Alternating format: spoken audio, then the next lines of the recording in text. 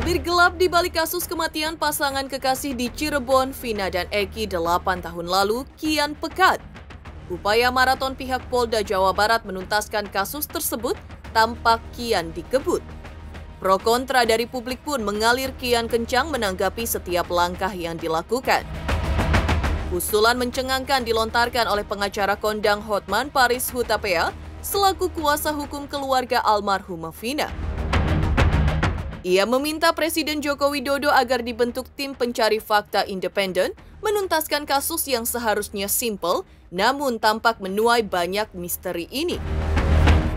Ia pun meminta Presiden Jokowi agar segera menginstruksikan Kapolda Jawa Barat agar penyelidikan hingga hasil kerja dari tim TPF independen tersaji. Apa pula yang membuat Hotman Paris meminta ayah almarhum Eki untuk mulai bicara membuka kotak Tambora di balik kasus kematian Vina dan Eki putranya?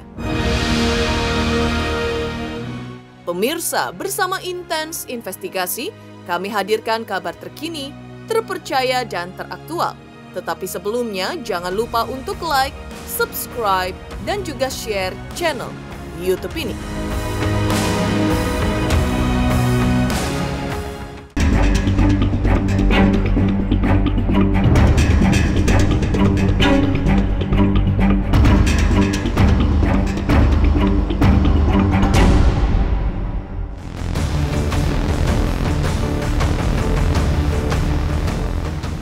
Usaha keras Polda Jawa Barat menyingkap tabir gelap di balik kasus pembunuhan pasangan kekasih Vina dan Eki di Cirebon 8 tahun lalu terus jadi sorotan publik.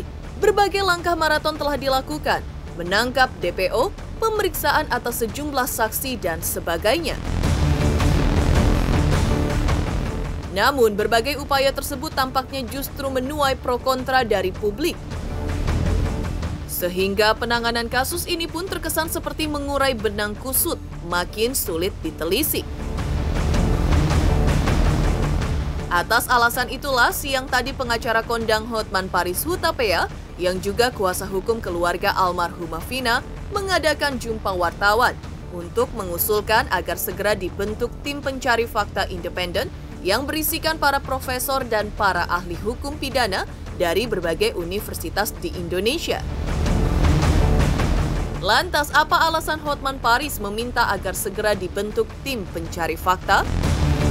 Karena setelah mengamati perkembangan penyidikan, kalaupun nanti perkara ini dibawa ke pengadilan, di mana Peggy sebagai tersangka, maka motivasi dan fakta sebenarnya secara keseluruhan dari kasus ini tidak akan terbongkar. Tidak akan terbongkar. Jadi sekali lagi, ini tidak mungkin lagi kasusnya terbongkar, tidak mungkin lagi rasa keadilan masyarakat dipenuhi hanya dengan penyidikan terhadap Peggy. Sekali lagi, kami tim Hotman 911 berpendapat keadilan dan kepastian hukum tidak bisa lagi didapat walaupun Peggy divonis bersalah atau tidak bersalah. Terkait dengan pengumuman Polda Jabar beberapa hari lalu yang mengumumkan bahwa dari 3 DPO, 1 ketangkap bernama Peggy, sedangkan 2 lagi DPO tersebut katanya adalah nama fiktif. Tanggapan dari keluarga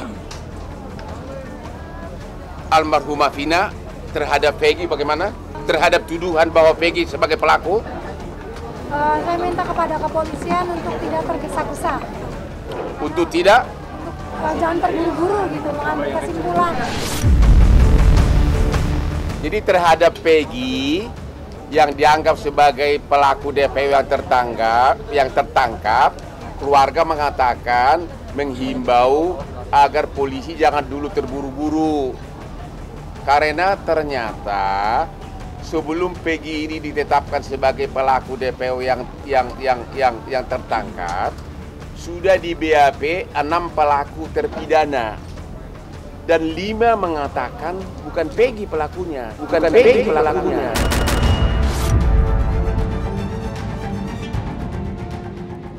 Langkah pihak Hotman Paris Hutapea selaku kuasa hukum keluarga almarhumah Vina tidak hanya mengusulkan agar pemerintah segera membentuk tim pencari fakta independen, tapi juga meminta agar Presiden Republik Indonesia Bapak Jokowi agar segera menginstruksikan kepada Kapolda Jawa Barat waktu pemeriksaan terhadap para saksi kasus pembunuhan Vina dan Eki hingga tim pencari fakta yang dibentuk selesai bekerja. Lalu apa alasan Hotman Paris Hutapea meminta Presiden Republik Indonesia menghentikan sementara waktu kasus pembunuhan Vina dan Eki tersebut? Ya, jadi sekali lagi kami menghimbau kepada Bapak Presiden Jokowi agar membentuk tim pencari fakta dari kalangan universitas yang ahli-ahli hukum pidana untuk menyelidiki dari mulai tahun 2016 sampai sekarang. Ya. Itu yang pertama. Yang kedua, kami juga sangat mempertanyakan atas perilaku dan sikap dari Pak Rudiana, bapak dari almarhum Eki. Begitu kami ditunjuk sebagai kuasa hukum dari keluarga Vina, kami langsung mencoba berkomunikasi dengan Bapak Rudiana untuk saling tukar pikiran karena anaknya kan yang korban si Eki. Tapi kami tidak ditanggapi apapun. Tidak ditanggapi apapun. Namun tiba-tiba sekitar 4 hari lalu ada seorang oknum dan oknum polisi mengaku utusan dari Pak Rudiana ini mau menunjuk kami sebagai kuasa hukumnya. Tapi ada pesan terselubung di mana bahwa Pak Rudiana itu yakin pelakunya adalah Peggy. Ya. Ada apa nih? Kenapa baru sekarang bereaksi? Dan akhirnya kami dari tim hukum 9 menolak menjadi kuasa hukum dari Pak Rudiana karena kami melihat mempertanyakan ada apa. Padahal dialah yang dari awal mengikuti kasus ini. Dialah yang kepada dialah dilaporkan peristiwa ini oleh saksi-saksi. Dan juga kenapa dia diam selama ini? Kenapa baru sekarang? Sehingga seolah-olah targetnya yang penting Peggy dihukum selesai, kasus ini selesai, rakyat puas. Dan itu tidak mungkin. Itulah inti dari konferensi pers ini. Yang jelas bahwa masyarakat tidak akan mengharapkan kepuasan keadilan apabila tidak dilakukan tim pencari fakta untuk mencari fakta sebenarnya apa sebenarnya rahasia di balik skandal ini. Dalam berkas persidangan BAP dan putusan, semua terpidana mengatakan 11 pelaku DPO itu tidak fiktif. Ada peranan masing-masing. Tapi di dalam BAP tahun 2024, yaitu sekitar 2 minggu lalu, tiba-tiba 7 terpidana ini menyatakan 2 DPO ini fiktif. Padahal di dalam BAP semua peranannya ada. Bagaimana sampai itu yang membuka celana korban, memukul, ada semua peranannya. Ada apa ini? Ini nggak bisa lagi hanya dengan pro justisia. Harus ada tim pencari fakta yang ditunjuk langsung oleh Bapak Presiden. Tinggal Presiden perintahkan kepada polisi, stop dulu sementara. Tunda dulu sementara, bentuk tim pencari fakta yang netral dari kalangan ahli pidana universitas. Sesudah tim pencari fakta ini bekerja, ditemukan sesuatu, baru dikasih ke tim penyidik untuk dilanjutkan penyidikan. Jadi sekali lagi, jangan ada yang nanti salah pengertian, dikiranya kita minta dihentikan. Tim pencari fakta inilah yang bisa diharapkan membongkar kasus ini. Nanti temuan mereka dikasih ke penyidik untuk dilanjutkan ke persidangan. Itu. Dan itu boleh, itu tidak melanggar hukum. Peggy yang disebut sebagai DPO yang tertangkap dijadikan tersangka dengan didukung oleh kesaksian dari Aib dan Dede yang katanya tadi malam dilakukan pra-rekonstruksi. Mohon perhatian dari penyidik Polda Jabar. Kalau sekarang Peggy ditetapkan tersangka, atas kesaksian dari Aib dan Dede. Tapi ingat, di putusan 8 tahun lalu, putusan pengadilan, Aib dan Dede ini di dalam putusan pengadilan menyebutkan nama-nama yang dia lihat di TKP, tapi tidak termasuk Peggy. Jadi pada waktu persidangan 8 tahun lalu, Aib dan Dede ini menyebutkan nama-nama orang yang ada di TKP, tapi tidak termasuk Peggy. Sehingga kalau sekarang tahun 2004, kalau benar dua saksi ini mengatakan Peggy ada di TKP atau wajahnya dia kenalin, berarti dua kesaksiannya bertolak belakang. Hati-hati, hak asasi manusia. Tanyakan ke Kapolri. Saya sudah menyampaikan agar kasus itu betul-betul dikawal dan transparan, terbuka semuanya. Sebelumnya, kuasa hukum keluarga almarhumah Vina, Putri Maya Rumanti, telah mendatangi Komnas HAM untuk meminta pendampingan bagi keluarga almarhumah Vina yang dinilai masih trauma apabila mengingat penyiksaan yang terjadi terhadap Vina di malam naas 8 tahun lalu. Tak hanya itu, saat menyambangi Komnas HAM, pihak kuasa hukum keluarga almarhumah Vina juga berdiskusi mengenai langkah Polda Jawa Barat yang dihilangkannya 2 DPO yang telah ditetapkan oleh pihak kepolisian, bahkan sudah tertuang dalam BAP, dakwaan, dan putusan dalam perkara pembunuhan Vina dan Eki sejak 8 tahun lalu. Pada hari ini, kami Komnas HAM menerima pengaduan laporan dari kuasa hukum keluarga Vina, Ibu Maya, dan rekan-rekannya dari kantor Hotman Paris. Kami sudah menerimanya dan mendalaminya. Tentu kami akan menindaklanjutinya terkait laporan ini. Laporannya berupa apa, Pak? Laporannya terkait dengan perkembangan kasus pembunuhan Vina, perkembangan terkait penyidikan, dan lain-lain. Kemudian yang paling concern ke Komnas HAM terkait dengan perlindungan kelompok rentan, perempuan dan anak, gitu. Terkait dengan kami ingin memastikan proses hukum yang adil terhadap kelompok rentan ini, perempuan dan anak sebagai korban. Kami kan datang hari ini memang menyampaikan dulu perkembangan kasus yang saat ini sedang kita tangani, kasus Vina, dan kami menceritakan kronologis, kemudian dari segala hal sampai ke DPO, yang sampai hari ini juga kita sudah tahu bahwa ada 2 yang tidak ada. Nah, ini yang kami sampaikan ke Komnas HAM. Kemudian kalau perihal restitusi, itu nanti kami akan bicarakan terlebih dahulu dengan Pak Hotman, hasil dari pertemuan kami hari ini dengan Komnas HAM. Ya, pada intinya kami kan tetap beracuan, itu kan ada putusan. Putusan itu adalah produk hukum yang sudah berkekuatan hukum tetap. Di situ jelas ada 3 nama yang ada di dalam putusan yang sudah disampaikan di fakta persidangan. Trauma ya sangat luar biasa, masih terus mengingat kebiasaan si Vina, mengingat wajah Vina, kemudian mengingat luka dan penyiksaan yang dialami oleh Vina. Tentunya keluarga selalu terngiang-ngiang lah begitu. Jadi ya memang tadi saya sampaikan ke Bapak juga, ya bagaimanapun kita harus memberikan pendampingan untuk trauma healing tersebut. Karena ini kan viral terus, beritanya naik terus, sehingga tentunya banyak pihak yang pro dan kontra. Tentunya mereka juga harus punya kekuatan ya. Jangan sampai mereka akhirnya putus asa mendengar adanya 2 DPO yang hilang. Nah, ini yang juga akan kita kuatkan supaya nggak campur aduk lah gitu. Udah pelaku belum tertangkap, yang lain hilang lagi DPO, ini kan blunder akhirnya.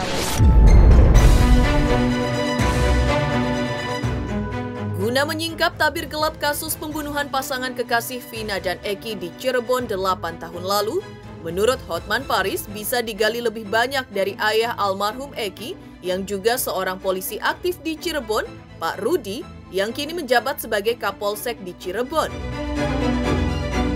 Karena itu, Hotman Paris pun meminta kepada Polda Jawa Barat agar juga memeriksa ayah almarhum Eki yang ia yakini memiliki banyak informasi penting yang belum diungkap ke publik.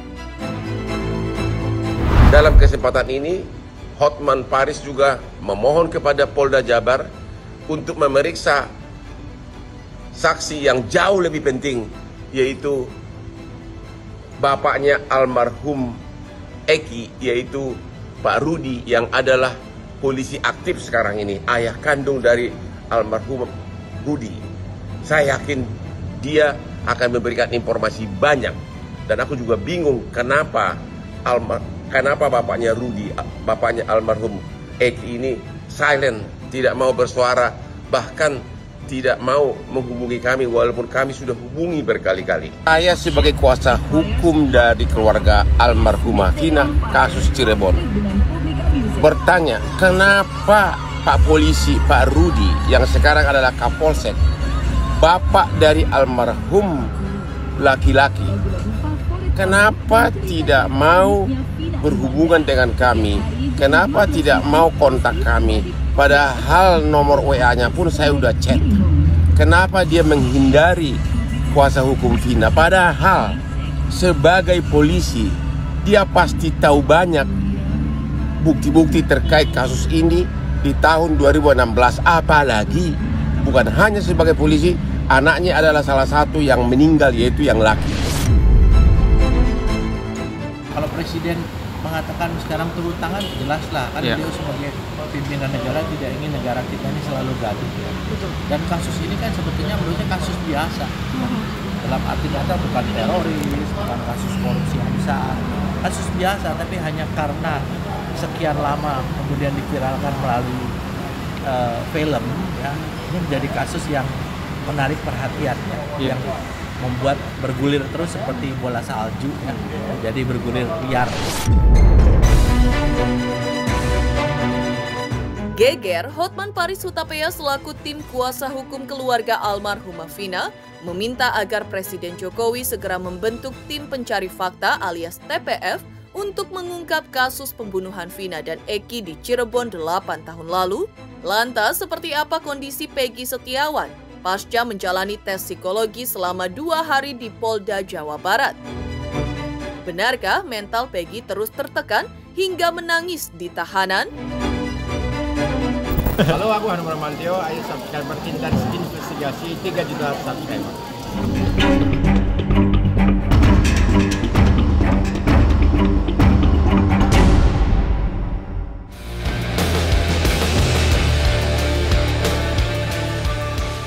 Gencarnya upaya Polda Jawa Barat menyingkap tabir kasus pembunuhan atas Vina dan Eki Cirebon 8 tahun lalu terlihat dari upaya mereka melakukan penyelidikan terhadap Peggy Setiawan.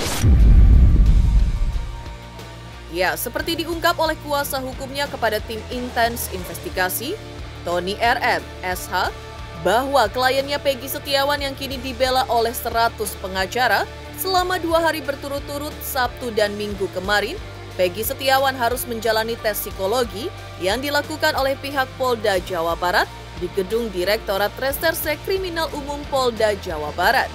Upaya tersebut yang awalnya ditolak oleh pihak kuasa hukum, akhirnya selesai juga dilakukan lantaran hanya bertujuan untuk melihat 3 aspek dari Peggy Setiawan. Hasil pemeriksaan atas Peggy Setiawan akan keluar 14 hari usai diperiksa, dan kabarnya masih akan dilakukan pemeriksaan lanjutan oleh penyidik. Di antaranya pemeriksaan pengetesan poligraf atau tes kebohongan. Dan usai menjalani tes psikologi tersebut atas Peggy, sang kuasa hukum berharap agar kliennya bisa dibebaskan demi alasan hukum.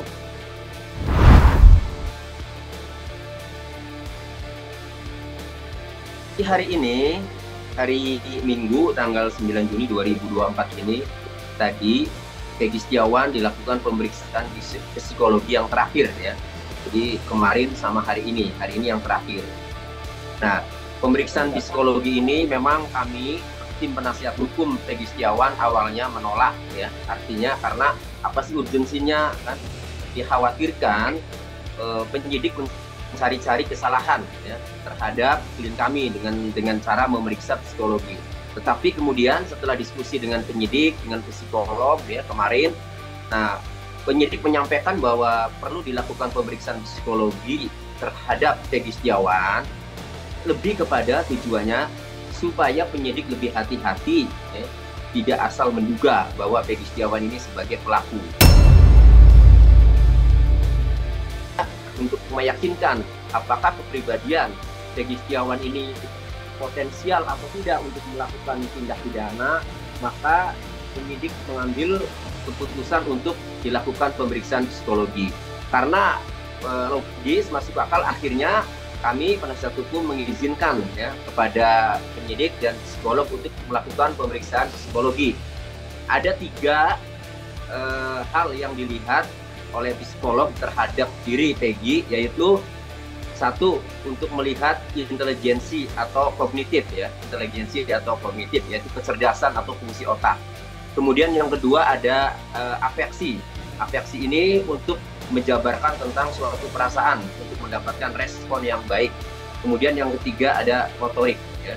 Jadi motorik ini melihat atau memeriksa pengendalian dan pengaturan fungsi-fungsi organ tubuh. Nah, dari 3 hal yang dilihat oleh psikolog ini, tujuannya adalah pribadi Peggy Setiawan ini apakah nanti ia berpotensi ya bisa melakukan tindak pidana atau tidak, yaitu terjemahan kami ya. Untuk hasilnya sendiri sih memang masih lama, 14 hari, tapi melihat Peggy Setiawan yang memang karakternya itu sabar ya, kemudian tidak temperamen, kemudian konsisten orangnya ya, tegar ya, maka kami melihat bahwa insya Allah dari pemeriksaan psikologi ini ya, psikolog bisa menilai dan penyidik juga bisa memahami, bisa menilai juga bahwa Peggy Setiawan bukanlah tipikal orang yang mudah melakukan tindak pidana.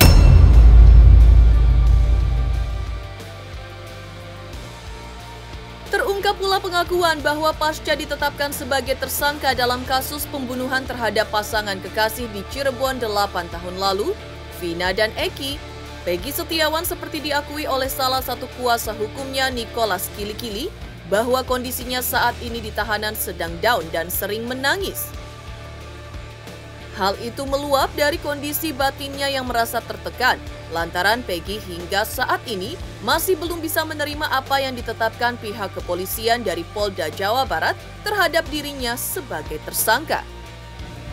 Peggy selalu puasa, berdoa, walaupun ya dia mengalami tekanan-tekanan secara mental ya, karena ya dengar ancaman hukuman itu 340 itu kan hukuman mati atau seumur hidup. Jadi kita yang tidak didakwakan seperti itu aja kita mendengarnya serem, apalagi dia langsung yang mengalami langsung. Terungkap kondisi Peggy Setiawan usai jalani tes psikologi, kuasa hukum Peggy Setiawan berharap kliennya dapat dibebaskan demi hukum.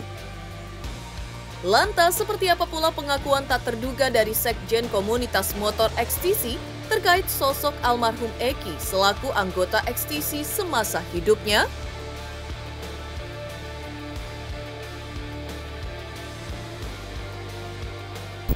Halo, aku Jennifer. Ayo dong subscribe Intense Investigasi. 3 juta subscriber bisa. Semangat.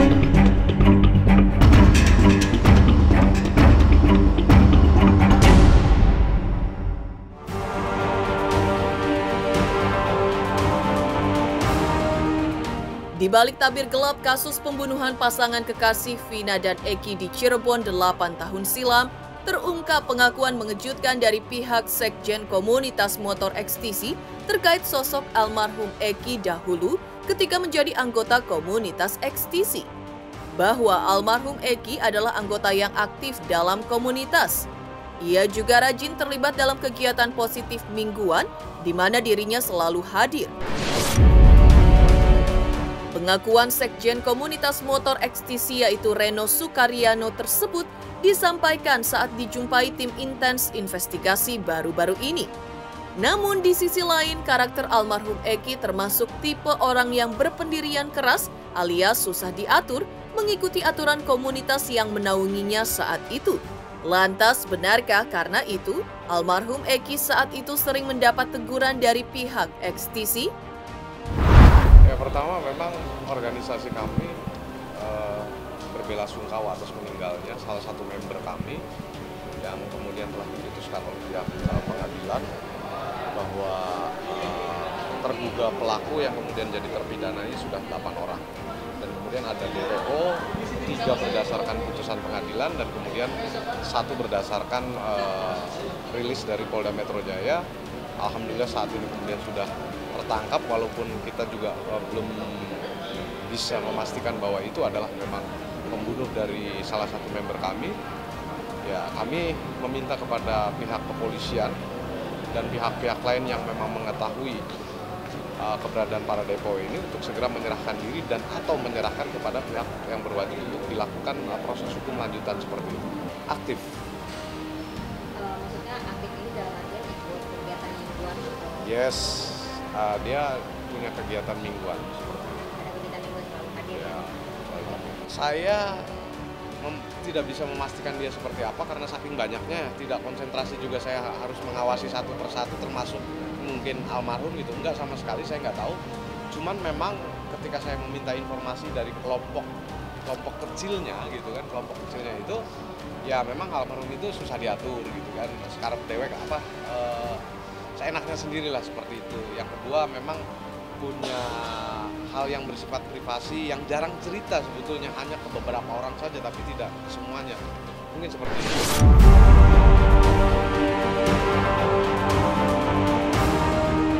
Pemirsa Intens Investigasi, jangan lupa saksikan terus Intens Investigasi. Dan pastikan jangan lupa untuk like, subscribe, share, dan juga komen. Tim redaksi Intens Investigasi juga mengucapkan banyak terima kasih kepada semua subscribers hingga kanal Intens Investigasi kini sudah mencapai 3 juta subscribers.